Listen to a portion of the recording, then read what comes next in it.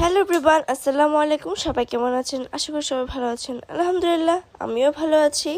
আজকের ভিডিওটি হচ্ছে এই বিবিখানা পিঠা নিয়ে। আর এই পিঠাটা হচ্ছে আমাদের বিক্রমপুরের ঐতিহ্যবাহী পিঠা। অন্যান্য পিঠা আছে, বাট এই পিঠাটা হচ্ছে আমাদের বিক্রমপুরের সেরা পিঠা। দেখতে কিন্তু কেকের মতনই লাগছে, বাট আসলে এটা হচ্ছে বিবিখানা পিঠা।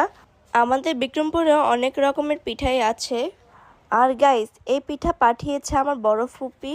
আমার বড় ফুপির হাতে এই পিঠাটা অনেক ইয়াম্মি হয়।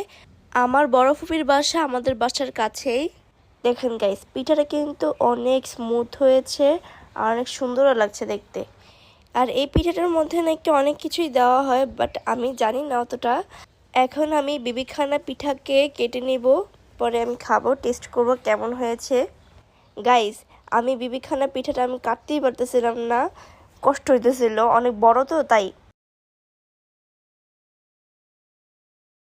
খুবই কষ্ট করে দুইটা ভাগ করেছি আমি এই পিঠাকে। এখন আমি এই দুই ভাগ পিঠাকে স্লাইস করে নিব একসাথে। গাইস, কাটার পরে আমি দেখলাম যে বিবিখানার পিঠার ভিতরে এতটা সুন্দর, জাস্ট ওয়াও। এখানে বাদাম দিয়েছে, তারপর ঘি দিয়েছে, আরও অনেক কিছু দিয়েছে, আমি জানি না। এই তো আমার পিঠাগুলো স্লাইস করা শেষ। তো এই যে আমি এখন টেস্ট করতেছি।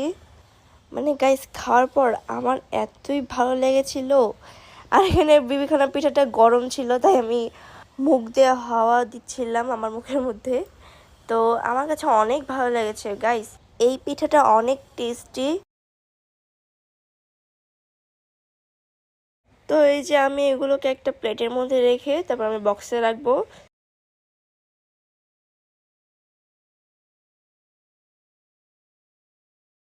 সো গাইস, আজকের ভিডিওটি এ পর্যন্তই। আবার দেখাবেন নেক্সট ভিডিওতে। ততক্ষণ আপনারা ভালো থাকবেন, সুস্থ থাকবেন। আল্লাহ হাফেজ।